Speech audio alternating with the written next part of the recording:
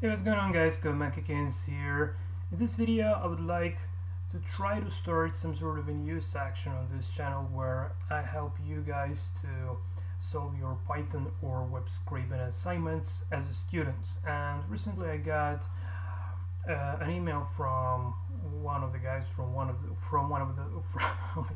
the subscribers of Kins channel, actually asking me to help with some sort of an assignment. And even though I'm completely disagree with the traditional education system, and I would never ever consider that sort of a system on my own, just to apply to my own self. And even though I would say that if I would ever graduate from the university as a computer scientist, I wouldn't ever, basically, because I remember that that traditional education has smashed my brain completely, and I just dropped that because that was an absolute disaster for me. And I would never ever become a software developer, an expert in web scraping and Python and web development if I would actually go that traditional way. So only using the code monkey can approach, which is the just essence of this channel, like my monkey see monkey do principle,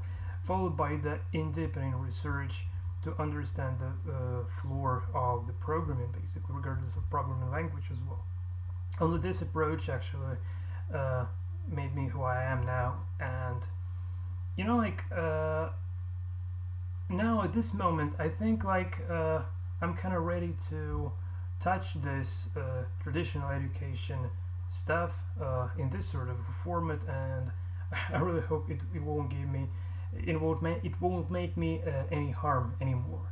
So as far as I feel like I can help the students, that's the reason for actually trying this sort of a new format of this Code Monkey Kins channel. So I'm sorry for this a little bit too long talk at the very beginning, and without further ado, let's just buckle up and start writing some code. So before we do that, actually, I just wanted to describe the particular assignment. So we need to scrape all the words from the given website without using requests or beautiful soup or whatever additional libraries, just the bare Python libraries.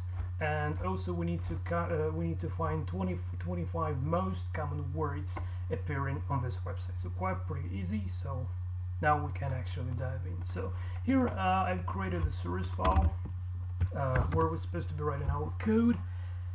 And the very first thing to consider, we need to import a couple of packages. So I can say from urllib.request, we actually need to import URL open method, and this is needed in order to make outgoing HTTP requests. And then I can say from html.parser, I want to import HTML parser, and this class is needed in order to parse the response from the given request, actually. So now we need to create a class that would be inheriting from this HTML parser. So let's call this class words. This is the commentary. So let's call this words parser class, and class words parser, and it would inherit from HTML parser, this like. Okay, and here we will provide a couple of methods. So handle starting tag, so every time we encounter the opening tag, and the callback method here is called def handle start tag, and it takes the self instance, the tag, and the attributes. Obviously we don't need the attributes in this particular case, but still. Now let's just pass this for a while. So the second thing to consider would be to actually handle tags data. Okay, so def handle data, and it would be taking the self instance followed by the data itself, so the textual value of a given tag there, pass, and we don't probably even need to handle the closing tag here. And now I just want to provide some main driver here, so I can say if name main. In this case, oh my god, sorry. In this case, I want to create words parser instance. So let's call this words parser. Parser, this like would it be equal to words parser. Okay, and well, actually, just to make code a little bit more clean. So first, actually, let's define the target URL. Target URL to scrape, and the URL would be equal to, and I just want to make use of my URL, so just grab it here and paste in. Okay, and then we want to make HTTP get. Oh my god, what have I done? We want to make HTTP get request to the target URL.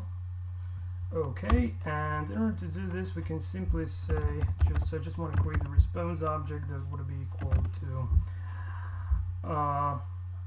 URL open and the URL here.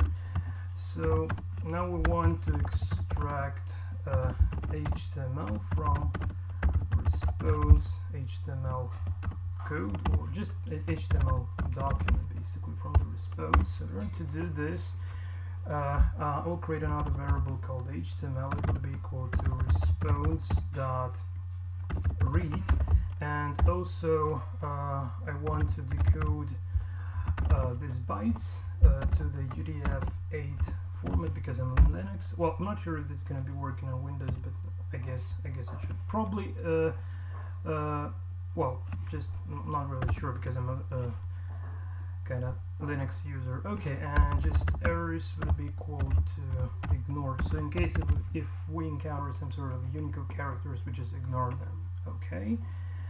Okay, so just before creating this words parser instance, I just want to print my HTML to make sure that this HTTP request kind of works. So let me open the terminal, the current working directory, and by simply typing Python 3 most common .py. Okay, let's have a look. So I really hope to see some HTML code in return. Yeah, perfect. We got this HTML code, which means that from now on we can actually feed this sort of an HTML code to our words parser. So here, word parser, we just created the instance, and now we need to feed HTML to our words parser. So in order to do this, we can simply say words parser dot feed HTML, and from now on we can just actually try to print the tag that we are encountering, and also we can try to print the data that we are encountering here instead of unparsed version, just trying to kind of parse this HTML document. So yeah, we got this script tags, some data, okay, we got divs, a tags, and so on. So this is kind of it. But obviously we don't really want to handle all the available tags there. So let's create the variable to store the tags that we're interested in. Well, I'm just wondering. Let's call this search tags basically. So search tags, like naming variable is really tough because good variable names are really great, while the bad names might have bring some disaster to your code, especially if you're trying to read this after a while. Okay, just forget that. So search tags, and here I would like to provide a list of tags I would like to match basically. So let's consider the p tag, the div tag, the span tag.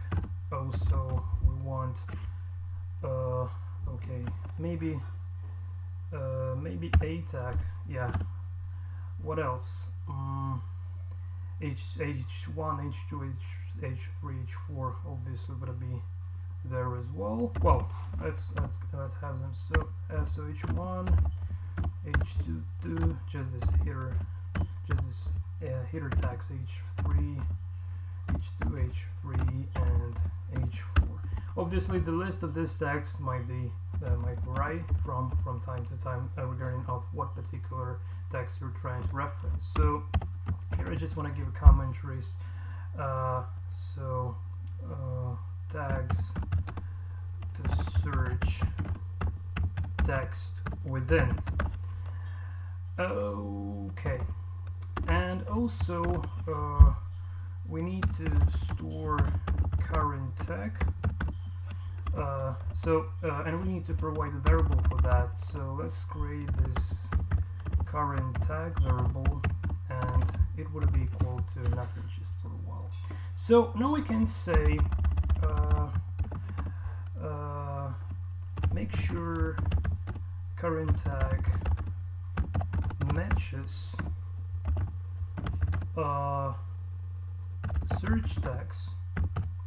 So if the tag we're now encountering is within this list, so in order to make this condition, we can simply say if tag, or even I'm sorry guys, there is even easier way of doing this. So we can simply, here it's literally enough to actually say like store current tag, and we can say here that self dot current tag would be equal to tag, right?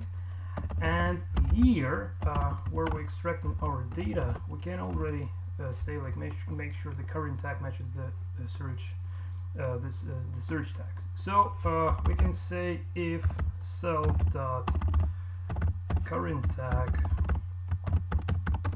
in, which means it is located within the list, the following list, and I'm using this search tags list. In search tags, in this case, well, first I just want to print the data, and that's kind of it. So let's try to run our code again, and now we won't be dealing with the scripts and so on. Okay, search tags not defined. Well, that's because I need to say self the search tags, because we're looking for the inner field of the word parser class. Yeah, just don't forget this self instance to reference.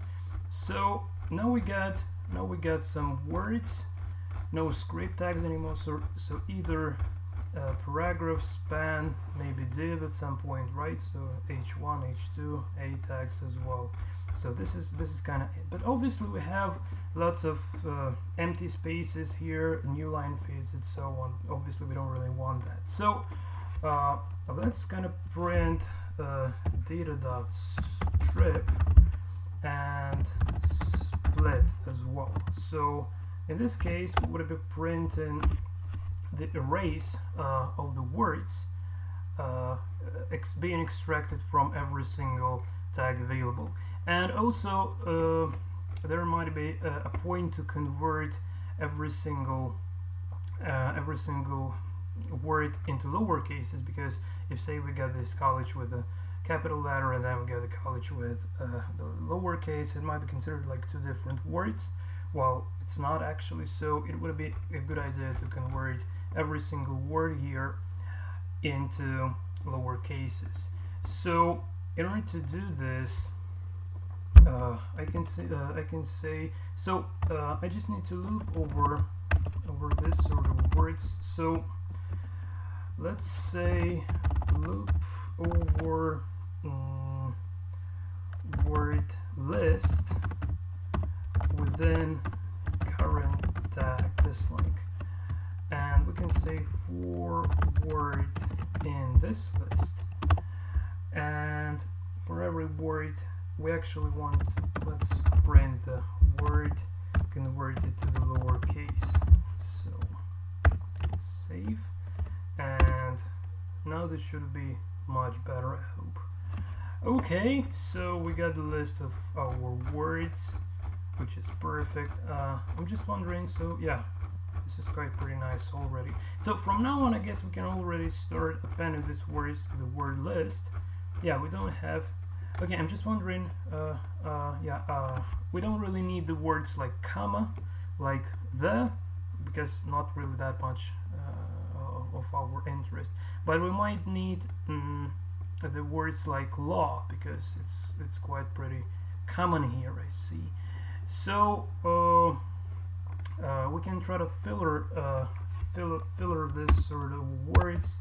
So let's say filler words, and we can say if word, or even a more clean way to do this would be, say, like word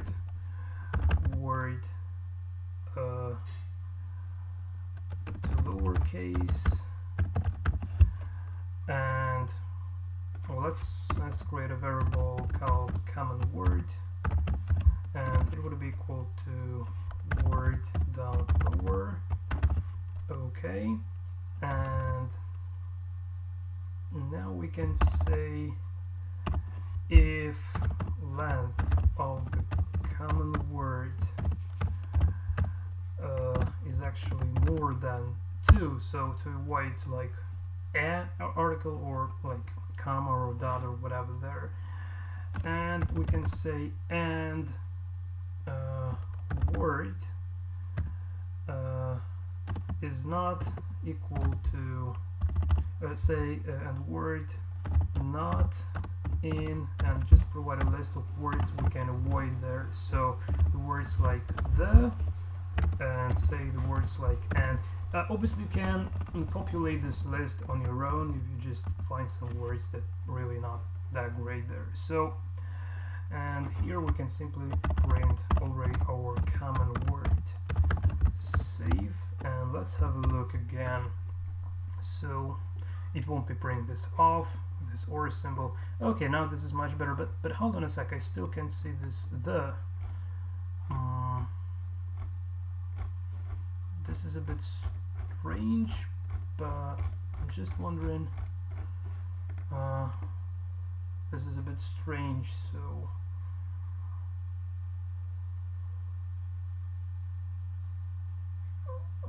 hold on guys, so probably just the condition is a bit wrong, just hold on a sec.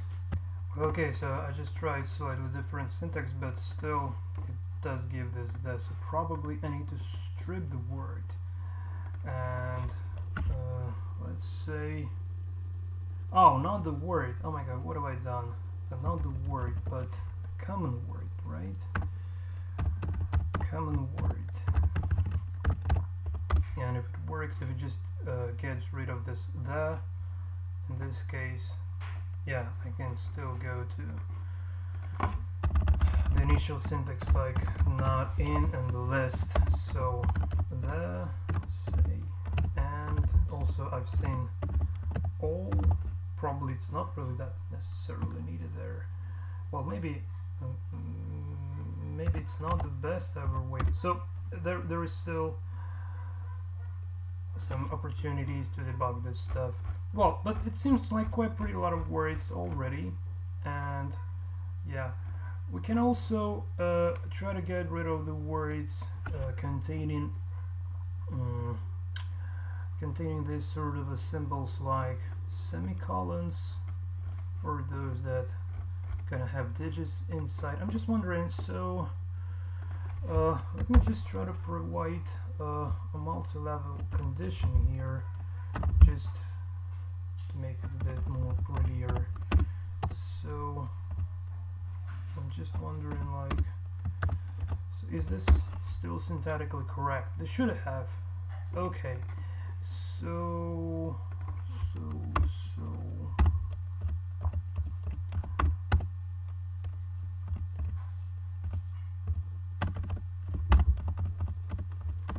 okay, is this still syntactically correct? I'm just wondering.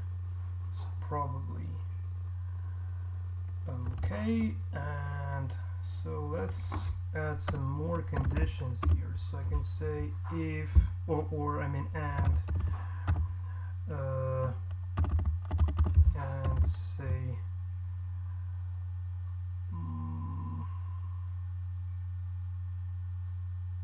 well, I can say if common words first element, well, probably I can go for a slightly for a little trick here. So I can try to replace dots with nothing, and also to replace columns with nothing as well. So let's try to see. We should have get rid of these dots now. Oh my god, are you kidding me? No, this is really interesting. So just hold on a sec.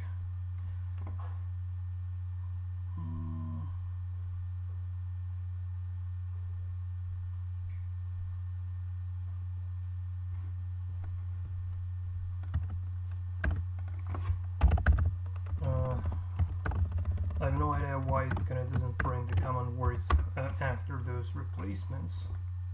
This is a bit weird. Okay. Okay. Okay.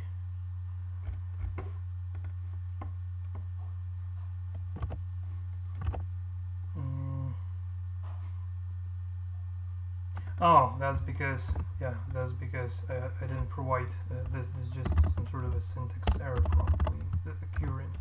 So yeah, now this should work. So let's have a look. Okay, perfect. So now we need to say and common word. Let's take the first element dot is digit, and we say like it's not is digit. So, or maybe it's more tricky way. Maybe we can say if it is alpha. So it's only to match the letters basically. So it's if it starts from the letter. Now it should get rid of these numbers completely. Okay, now it's much better. Okay, also is this one symbol? Oh, this is some Unicode symbol, so let's just drop it probably. Well, we can also drop this quote and the comma. Okay, so again, like to make this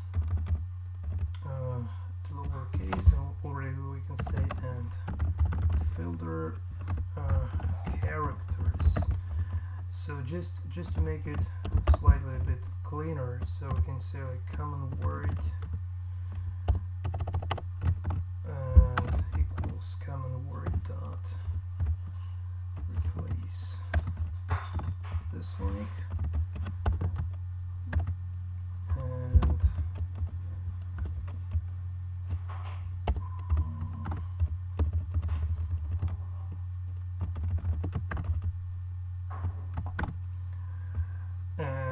To replace, so let's try to replace comma and quote, right? Let's try to replace the comma and the quote. Save. Let's have a look. Now it should be much better, I believe. Okay. So yeah, well, obviously this could have been worked that out even more if some specific text has some more unnecessary characters. But I just wanted to point out the proper way of doing things, basically. Okay, so in this case, instead of just printing the word, we need to store this to the list of words. So let's create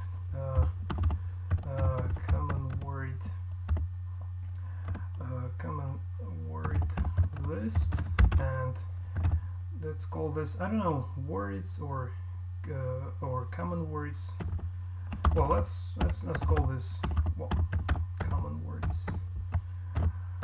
Okay, and this would be a type of list, this variable. So here we can simply say like self dot common words dot append, and this particular common word. So store current common word. See, and now we don't print anything, but here if we just print like words parser dot common words, okay, save, we'll have this list, right? Okay, but the problem now is that actually if we have some, we don't count any words yet, we just gonna print them, and that's kind of it. So in order to count this sort of words, we can do another little trick. So before we continue, I just want to import one more module here. So I want to say import JSON just to print the output data there. And now here we can say like I don't know, probably it would be better to use this try except statement. So yeah, try and accept. So I will start with an accept statement. So we say self dot common words, and I'm referencing the key of the common word. So if we already have that sort of a key common word, and we want to increment the counter of this sort of word, so it just equals to make it equal to +1, just increment by 1. And here, otherwise, we need to store not the common word, but a dictionary where a common word would be a key and the count would be equal to 1. Well, if I did everything correctly, this should work. So now let me just say print json.dumps common words, and I also want to specify the indentation equals to 2 spaces just to print the response. So now we need to have a dictionary. Now I'm supposed to see the dictionary indentation, just a typo here, indentation. So on the left side there should be a word, and on the right side there should be okay, so just one little more thing. So instead of creating a new instance of a dictionary, yeah, it's we'll go slightly different. So we'll make this a dictionary, and here instead of appending things, we will be update, save. Okay, now this should work. Okay.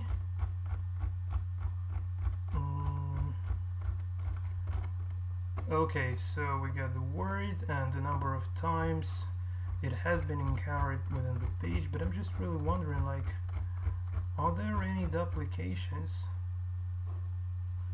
Well, this is a little bit weird, to be honest. Why we have the only occurrences? Okay, probably there is something wrong with my logic, so just hold on a sec, guys. Oh my god, guys, I'm sorry, I got a horrible, I found a horrible bug here. Obviously, we need to, by default, we need to try to update the count of a given word. So try to update count of a given word if available.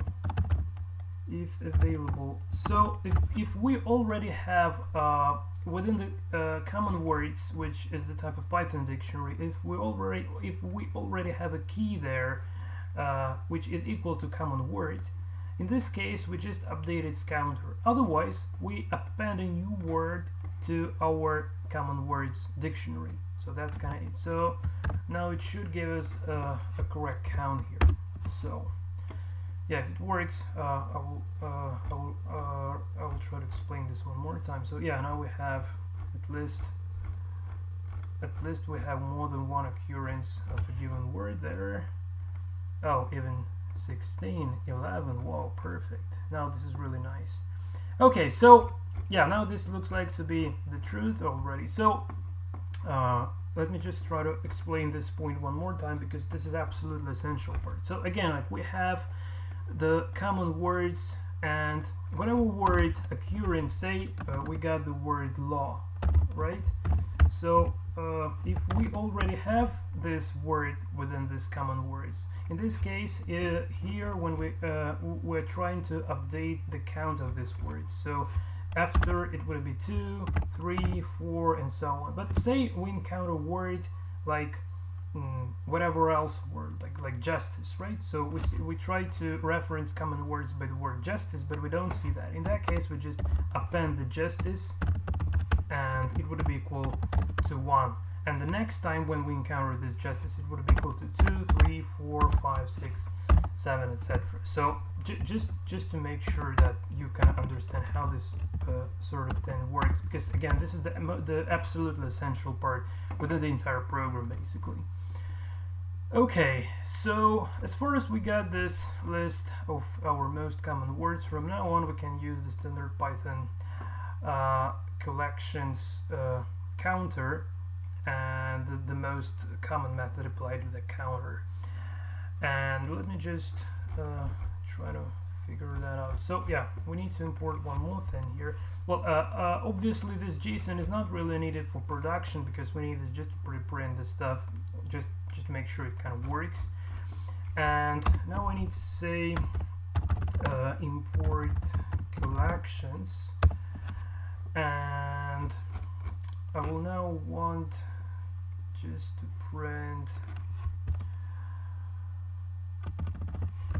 collections.counter, and I'm using this words parser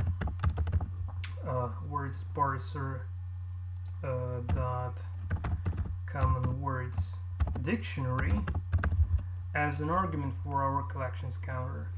And so just to make sure that it is syntactically correct, I just want to run this one more time. Okay, and now it should be possible to call this most common method, and 25, which is the number of most common words we're supposed to be looking for. Okay, perfect. It seems like.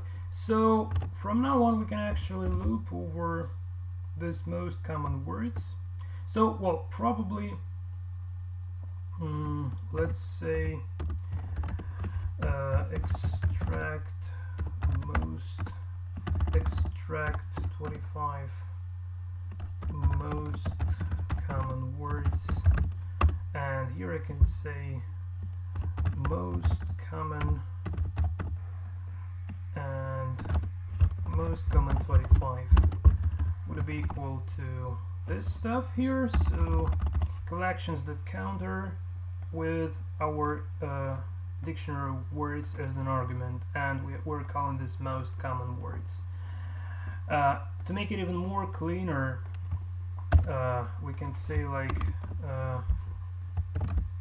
well, let's say count words, count common words with counter, and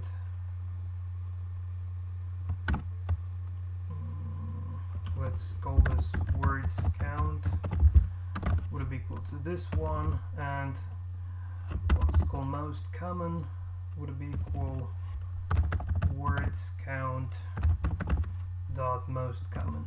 Okay, and from now on we can loop over most common words.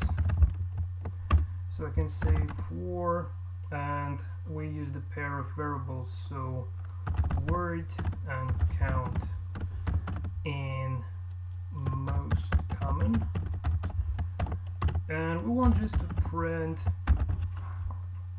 I believe we could have do this with the JSON dumps. Oh no, it's a little bit another story.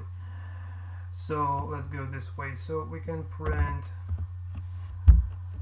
well, let's just print the word and count, and print the separator that would be equal to, let's say, colon and the space here. So let's try to run this again. It should give us the valid output of the most commonly used words here. So okay, 1, 2, 3, 4, 5, 6, 7, 8, 9, 10, 11, 12, 13, 14, 16, 17, 18, 19, 20, 21, 22, 23, 24, 25. Well, maybe I missed something. Doesn't matter. So looks like 25 words. So, well, maybe I need to see 24. Maybe I just missed the count. So just to avoid losing your time, guys. So we got the most common word justice being encountered 16 times. And even to say it better, we can say count and plus times. Let's make it like this. Okay. Oh, integer. Yeah, we need to stringify this. And yeah, let's save.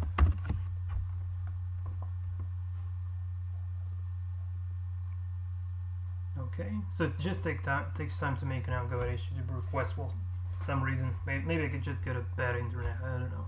So we got the word and the number of times it has occurred on a given page. So this is kind of it. Well, guys, so you can congratulate me on, believe it or not, yeah, just you may believe this, you may not believe this, on completing my very first Python web scraping assignment in my life. I've never been doing these things before because it's really kind of far from a production, and I've been doing really numerous web scrapers for production, getting paid for them, but I've never been doing this students assignments because, you know, like this, I always did consider them to be the most weird and unuseful thing in the world. But you know, like probably I need to grow slightly a bit to understand like the reasons behind why the traditional educative system is actually involved in this sort of stuff while trying to learn people. Probably this happens because it's not kind of personal approach.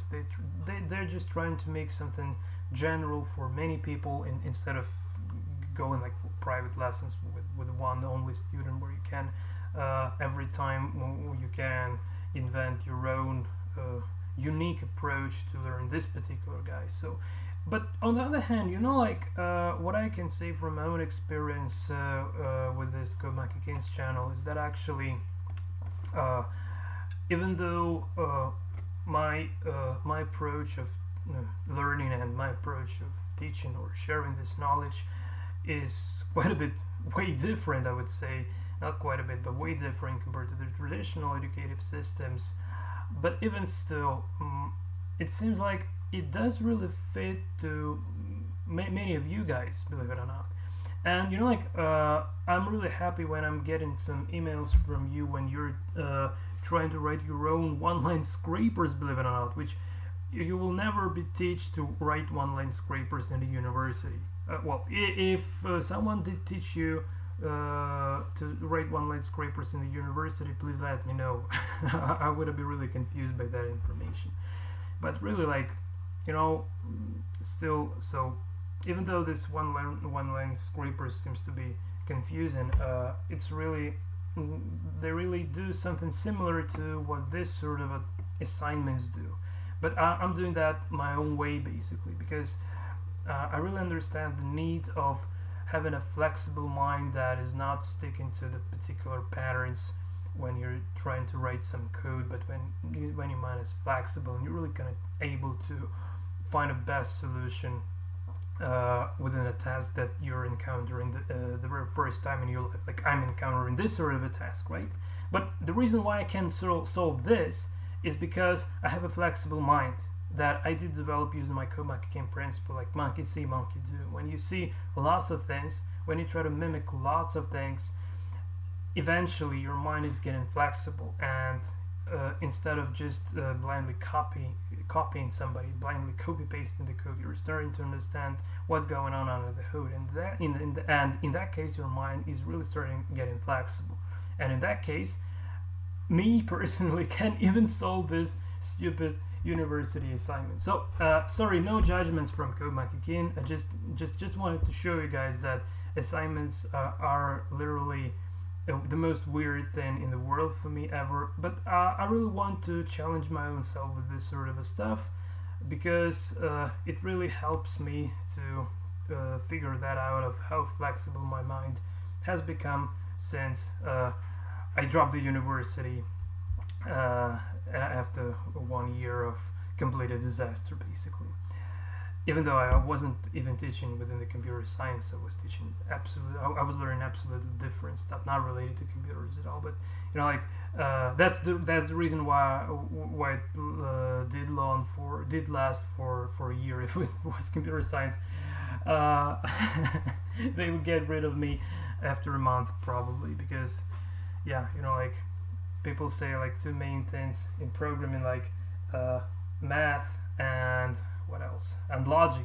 I don't skills in either of them, believe it or not. So I really hate math, and I don't know, what they consider to be logic is not really logical for me, but it doesn't really matter that much. So this is it from my side, guys. I hope you've enjoyed this tutorial. Sorry for talking too much, but this is the very first video in this new series. I'm not sure if this series is really about to be that popular like my other playlists, like scraping tutorials, requesting beautiful soup tutorials, and web scraping in browser and others, and one-line scrapers.